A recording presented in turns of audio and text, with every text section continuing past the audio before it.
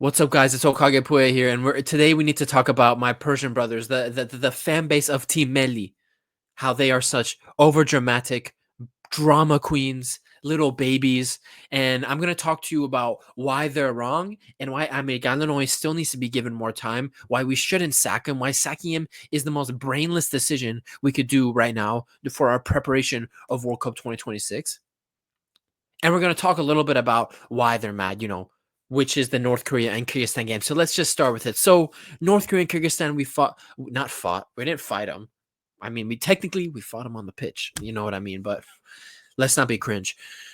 North Korea and Kyrgyzstan games in these November round 3 World Cup qualifying games for Iran, where we were dominating these games. Looked like we were going to coast to 3-4-5-0 wins in both games, but both times we lost leads and had to fight back to get the wins, and the games ended 3-2 each.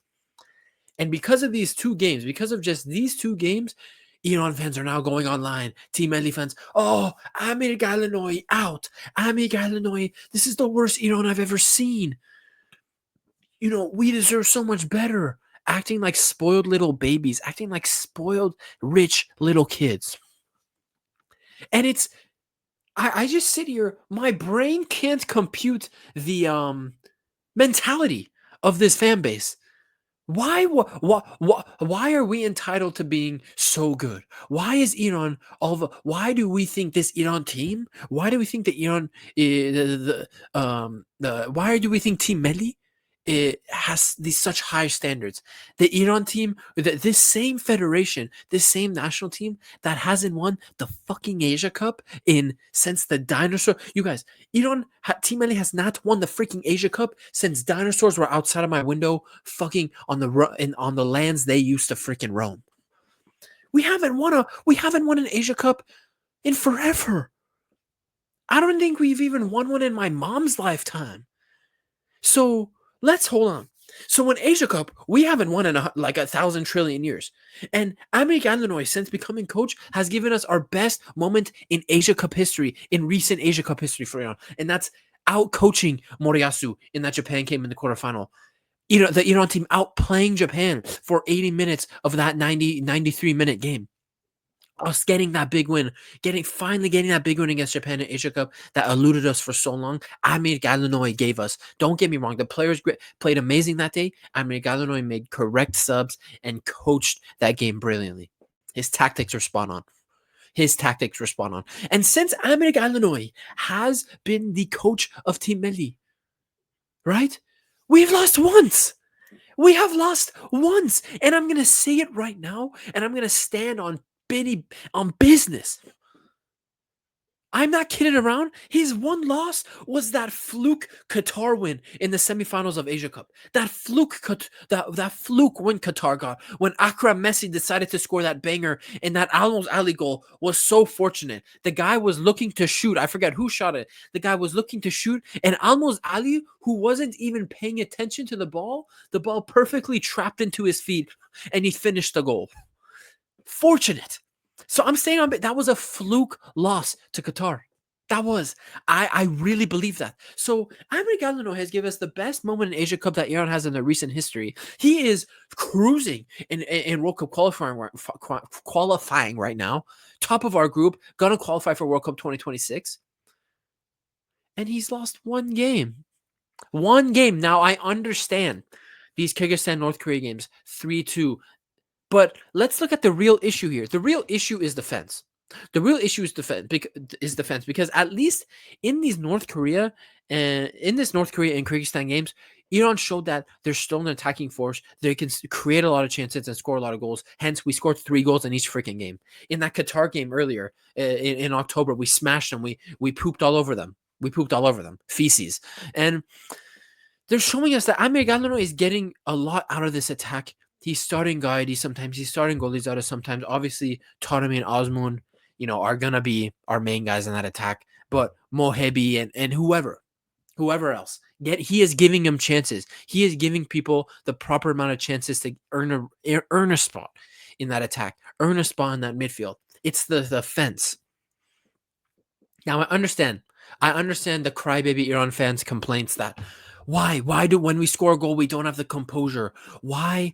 Why do we collapse and concede multiple goals when we concede a goal? Why do we lose control of games so easily and have to fight back and get a win like we did in these last 2 games?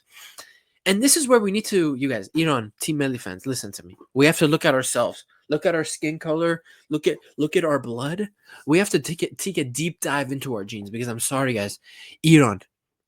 This is the fun thing about international football. Every team has their identity because every nation is different. Everyone is raised differently. You guys, Irani people, this pure Persian blood I have, in our genes, we are dramatic. In our genes, we get easily lost in our heads.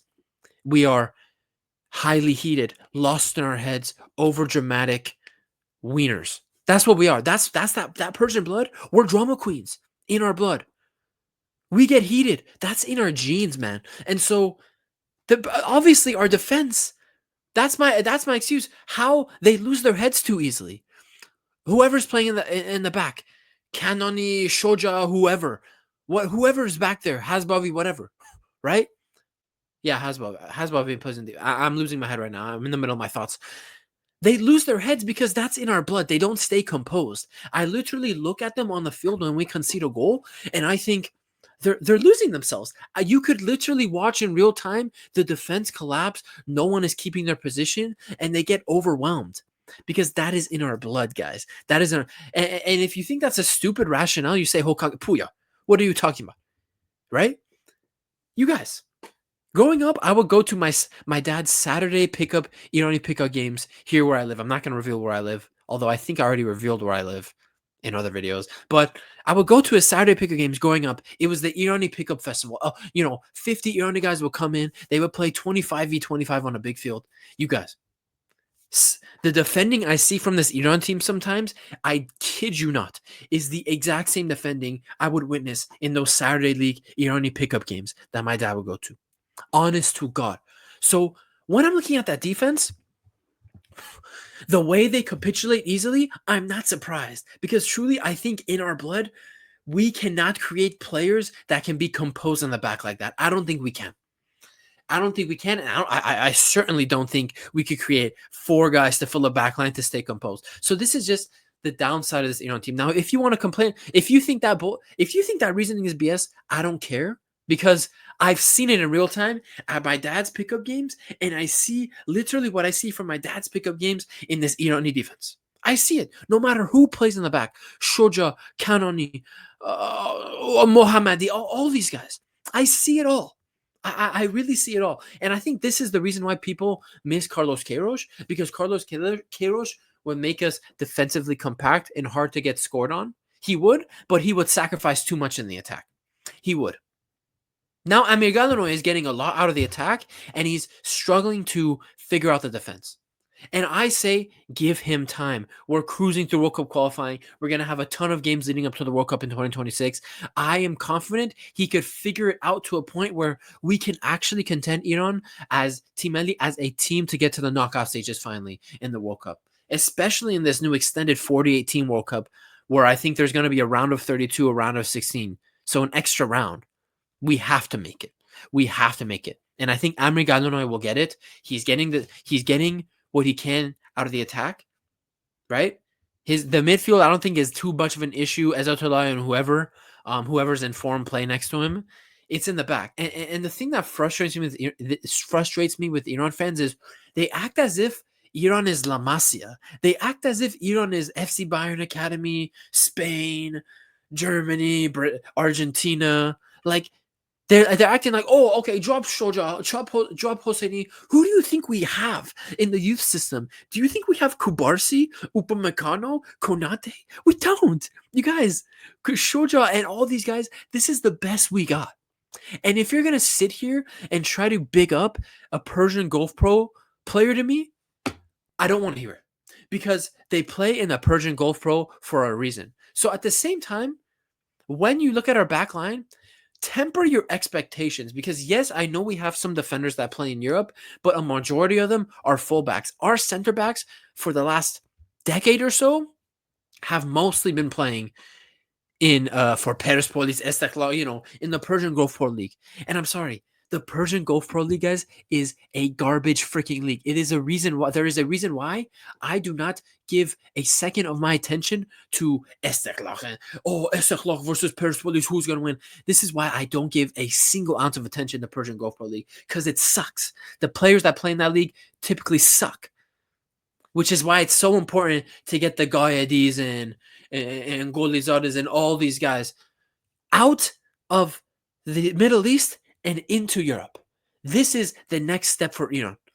And players are not making that. Gayadi, why are you at the freaking UAE Qatari poopy stars? Why? Why? You should be in Europe. You should. You should. And other players in this squad should be. Osman, you stupid idiot, Osman. And I want to talk about Osman before this video ends. But Osman, making a step back in his freaking career when Sevilla and AC Milan and all these other teams potentially wanted him, he went to go get a paycheck. Bro, you're 29. You could get a paycheck in 2-3 years. So more players need to go to Europe and become more sophisticated.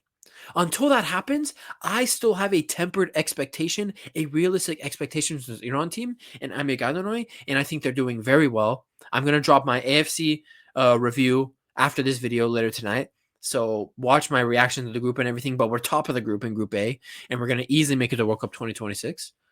So relax, Iran fans, relax. And Osman, message to you. So Osman comes out after the game and he says, "Oh, we need more." He's talking about being more committed to the team and unity and having more desire and this and that. Very hypocritical from you, Osman, who has at times been a controversial player in this Team Melli setup. Taking a 10 steps backward in your club career to go get a paycheck. Very sweet of you to say, Sara Osman. Don't act like you're the Prince of Persia or anything. You can never be wrong. You are wrong, Osman. You made the wrong career move. I'm still disappointed for you. I'm still disappointed in you, Sara Osman. I really am. I really am. And you need to go back to Europe. It probably won't happen because you're gonna sit on nice big fat paychecks and whatever. But listen, Iran, Team Melli fans, relax. We move in silence. We won't see Iran play for like 5 months. I mean, that's a lot of time for players to pop up in form and make a case to get game time in this Amir Galanoy Iran national team. So, guys, relax. Calm down. Don't be drama queens. No loose buzzy. No loose buzzy. Okay? That's what my mom always says when someone's being extra. She says, loose buzzy. You know what I mean? So, you guys, relax. Stay humble. Have good expectations of the team, not unrealistic expectations of the team, you guys. Amir Galanoy, I have my full trust in you. Amir Galanoy in. Osman, the cook. I'll see you guys in the next one. Peace.